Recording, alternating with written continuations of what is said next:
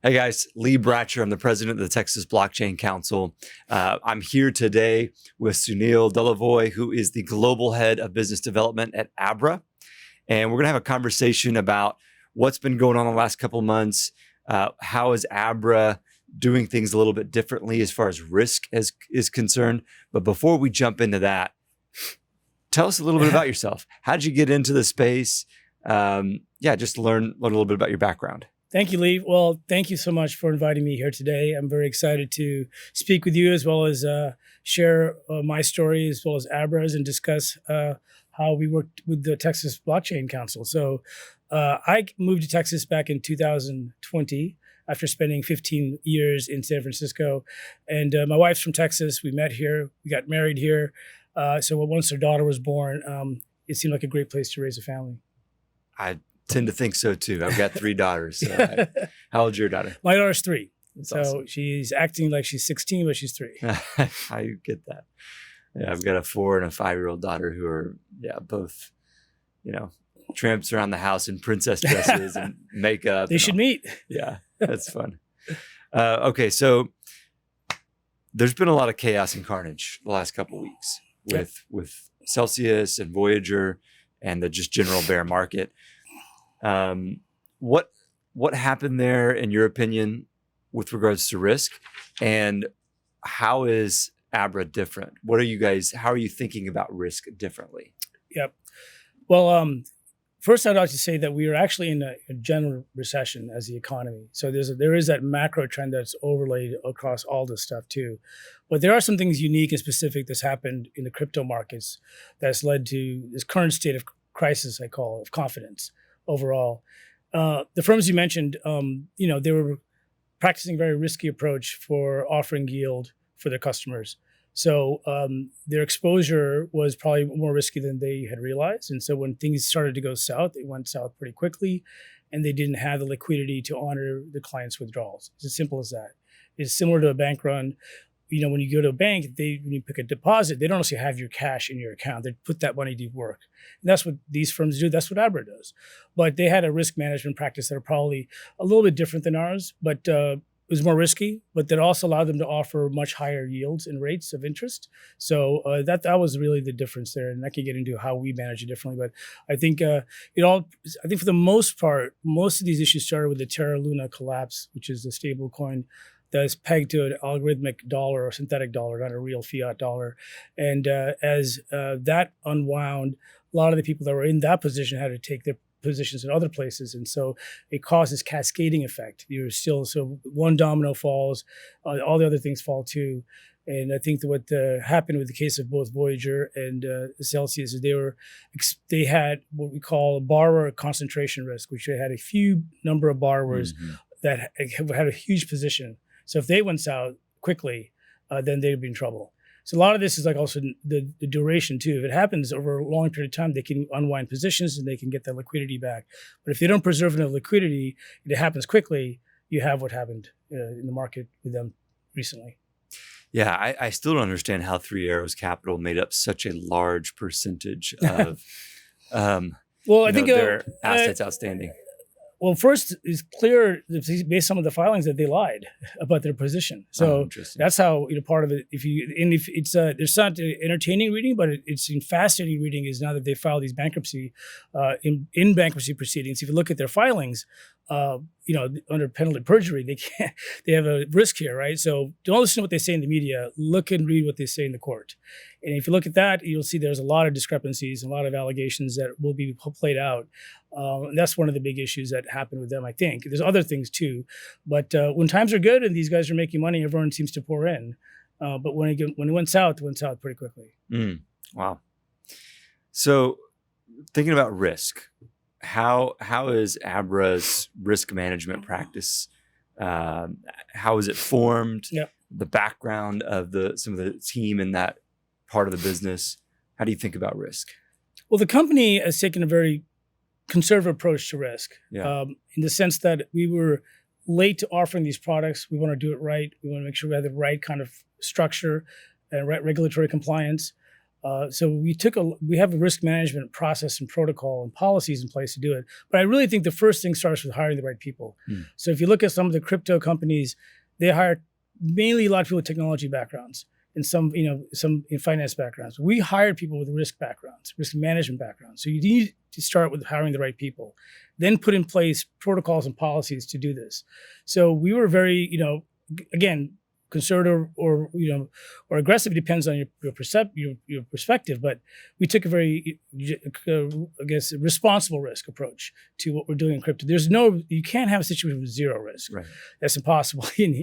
But in the case of what we did is we were very conservative. We were late to the market in offering these products. We took a very conservative approach to doing it, and our yields were done in a manner that we felt were responsible. So we have basically 5 parts to a risk management process. One is creditworthiness of the borrowers. The other is looking at the macro market activity. The third is liquidity. And so make sure our lending book has a 7-day liquidity. So anytime anyone needs to withdraw their funds, we have up to 7 days to honor it, but in most cases we do within 1 or 2 days. The other is a key thing is duration risk and also borrower concentration risk. So the duration, what's the average duration of the loans, and the borrower concentration, which I mentioned, like the 3 arrows. Like if you have a $10 million lending book and one party has 8 million of it, then it becomes problematic, So if they go down, then it becomes you're so tied to it. So we look at it from that approach too. But from the creditworthiness, which is the key part to look at too. Like we look at 90%, 85 to 90% of our borrowers are institutions, not the DeFi protocols that some of these other guys invested in that allow them to generate those super high yields. Sunil, as you know, the TBC is very involved with Bitcoin mining here in Texas. It sounds like you guys are working on some products to serve the mining community. Tell us a little bit about those, what you can talk about. Maybe you can't talk about all of it. No, we're very excited to be, Abra wants to be a full service crypto bank, taking a holistic approach to serving the industry. So we have a yield product, we have a borrow product, we have a trading product, and we're going to have other things that we're going to announce soon that will be like a full institution service, but built on crypto infrastructure, crypto rails. So we're very excited to be working with the Texas Blockchain Council and extremely bullish on the state and what it could do for the mining industry. And we're working on offering a number of underwriting facilities, capacity for miners, not looking at just crypto as collateral, but also the ASICs, the property, also, be able to give them liquidity to pay their power. That's a big portion of it too. So we have a advanced team. We have joint ventures with other experienced providers in the space. And we want to not only just allow these companies access to capital and credit when they need it, but also offer their employees a full service crypto bank solution for their own individual needs as well. Yeah, that's important because you can find companies or institutions that are willing to lend against hardware, some that are willing to lend against infrastructure and real estate, a very few that are willing to lend against the Bitcoin itself, but none that are willing to do all three. Yep. Exactly. So, everyone has different needs, different, things, and they may not have enough Bitcoin to fund the entire thing. Yeah. But so we look at it and, I think the big thing is we have a good understanding of the industry and a good understanding of these assets in a way that we could take that risk on responsibly and then be able to, understand the value of it so we could appropriate that risk. Yeah. Well, we look forward to working with you guys in the next legislative session, which, as the audience may be aware, is January of 2023. So the Texas 88th session will kick off in January. We have a slate of legislation that we've been working on behind the scenes and helping to research and working with our legislative partners. Is there anything that you guys are excited about as far as the state policy perspective, or that you maybe want us to be working on that we're not already working on?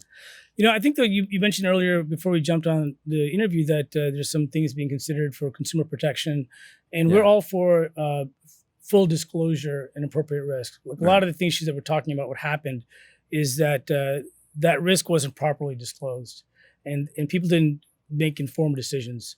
And can there be better rules, regulations, policies in place, or enforcement of that make that disclosure and rules more apparent, so people know what they're signing up for when they open an account at a certain firm, and they know what they get a certain percentage of yield, like what that comes in consequence. I think that we are all for that because it provides a level of confidence in the industry that is somewhat lacking right now. So I think the main thing is you're going to look. Wells Fargo and Citibank have been fined plenty of times. Let's be clear, right? Yeah. So there will always be a certain level of bad acting and bad actors or something, but you don't want the entire industry to be represented by that. And we are all for appropriate rules and regulations that protect the consumer and provide recourse for these bad actors these bad actors. It's a fine line. We're trying to walk. This free market perspective, business-friendly climate that we have in Texas, but also understand that, like you said, consumers have to be aware of the risk that they're taking. I have many friends. In fact, I had a Voyager account myself, and thankfully, once I purchased funds or purchased crypto, I pulled it off into a hardware wallet.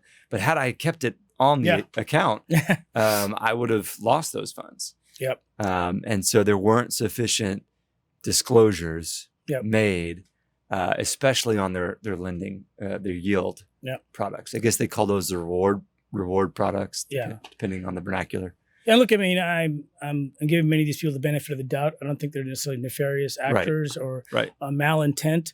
But they're very optimistic, and in which we all are in the crypto future and in the way it promises. But at the same time, I think they're also maybe naive to some of the risk that they took on. Yeah. And so that's kind of really what the issue is like, I think you need to be. It's interesting. I've been in technology for a while, right? So you don't want to be anchored by the old rules because you create these new technology that's forward-thinking and forward progressive aspects. But the reality is, some of the old rules do come in and apply to you. It's just a different context. Yeah. So it's good to have that forward-looking approach. It's good to have that confidence in your technology and products. But there are lessons that have occurred in the past that you should think about in the future too. Absolutely. Sunil, are there any other just points or concepts or pieces of conversation that you want to make sure to get across to the audience before we wrap up? No, I mean, look, we were very excited about working with the Texas Blockchain Council. Lee, you and your team have done a fantastic job. And I think the main thing is we want to, the main thing is about really, crypto is about education, you know? And I think there's a lot that things that, the reason perhaps I should explain, I got into this industry because I was reminded of something that my background is in telecom. So I was a lawyer at the FCC. And so one of the reasons I joined crypto is because it reminded me of voice over IP. Mm. If you remember voice over IP, when it first came out, Skype was a big common company there. The FBI hated it. The government hated it. AT&T hated it. But they all now use it. Yeah, they all use it as part of their infrastructure. So what happened there? So what happened is by moving the telecommunications infrastructure from the old network to the new network, which is IP protocol, as opposed to the circuit switch network, all these benefits happen from a cost reduction and feature functionality. So what crypto stands to do is move the financial transaction network from the old bank, SWIFT, ACH, Visa, MasterCard to a new protocol, which is Bitcoin or Ethereum. And so not only do you have cost efficiencies, you also have new features and functionality. Mm. And all the stuff that comes with it is the benefits that it's hard to even predict, right? So you do have the same traditional bank-like services, but new things that didn't exist before. So right now, like looking back in the telecom example, what happened was the death of time and distance. I don't know if I'm old enough, if people in your audience are old enough to remember, you had minutes, you counted, and I had to wait till 5 o'clock to call India, and then 9 o'clock to call a different country. So now you just video conference everywhere in the world for free, as long as you have a data plan. Yeah. So I'm encouraged by that example as to what crypto stands to do in the future. But it does require education on the policymakers. It does require education on the consumers, and the industry could do a better job of investing in that as well, of how we can take this incredible technology and apply it to real everyday problems, and not just use it for a speculative gain, which is fine. It's always there, but we really want to solve real world problems with people's access to capital, borrowing, lending, and general financial literacy. I think is what the key part of what crypto can stand to do for this group of people who've been kind of left out. Well said. Thanks for coming on the show. Guys, we look forward to connecting with you at our next event. We've got one tonight in Dallas, in the coming weeks in Austin. So we will see you there. And I can't forget Houston. We've got a couple of events at the end of the month in Houston as well. Thanks. Hey, thanks for watching. The Texas Blockchain Council has more good videos where that came from, and we'd also love you to subscribe. We'll see you in November at the summit.